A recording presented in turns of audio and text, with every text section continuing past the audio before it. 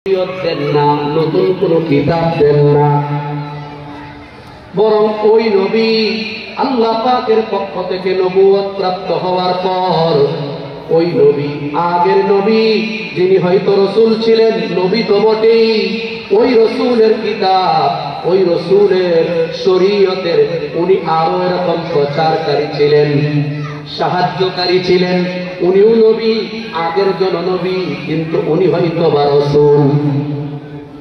রসুল বলা হয় এমন এক নবী, এমন নবী যে নবীকে আল্লাহ নতুন কোন শরীয়ত দিয়েছেন অথবা কোন কিতাব দিয়েছেন, ছোট হোক আর বড় হোক। আল্লাহ রাব্বুল আলামিনের 104 খানা কিতাব রয়েছে। ওই 104 খানা কিতাবের কোন একটি কিতাব হয়তো দিয়েছেন। 313 জন রসুলের মধ্যে সবাই কিতাব প্রাপ্ত হন নাই, ছোট বা বড় সবাই কিতাব হইলে 313টা হইত, কিন্তু কিতাব মাত্র 104টি। বোঝা যায় সবাইকে আল্লাহ কিতাব দেন নাই। এমনও করেছেন এক রসুলকে আল্লাহ একাধিক কিতাবও দিয়েছেন, আবার কাউকে কিতাব দেন নাই কিন্তু নতুন শরীয়ত দিয়েছেন, এই জন্য উনি রসুল।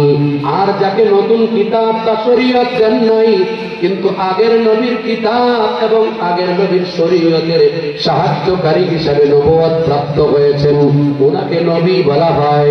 আল্লাহ মুহাম্মাদুর রাসূলুল্লাহ একথা বলে কুরআনের আয়াতের মাধ্যমে ইঙ্গিত করে বোঝাচ্ছেন মুহাম্মদ সাল্লাল্লাহু আলাইহি ওয়াসাল্লাম উনি রাসূলুল্লাহ।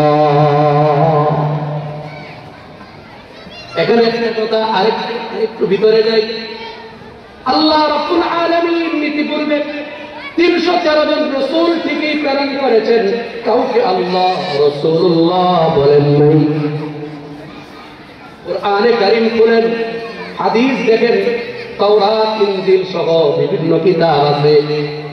দোস্ত, এগুলো দেখলে পড়লে বোঝা যায় কিতাবে লেখা আছে আল্লাহ রাব্বুল আলামিন 313 জন রাসূলের মধ্যে শুধুমাত্র রাসূলুল্লাহ এই শব্দটুকু এই লকবটা, এই উপাধিটা আল্লাহ নির্বাচন করে, এটা পছন্দ করে সাইয়্যিদুল আম্বিয়া আমাদের কলিজার টুকরা মুহাম্মদ আরবি সাল্লাল্লাহু আলাইহি ওয়াসাল্লামের জন্য ইনটেক করে রাখছেন, রাসূলুল্লাহকে দিয়ে দিয়েছেন। সুবহানাল্লাহ।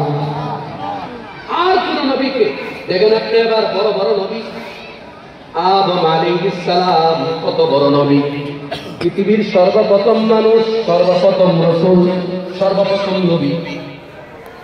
আল্লাহ রাব্বুল আলামিন হযরত আদম আলাইহিস সালামের নাম দিয়েছেন আদম সফিউল্লাহ।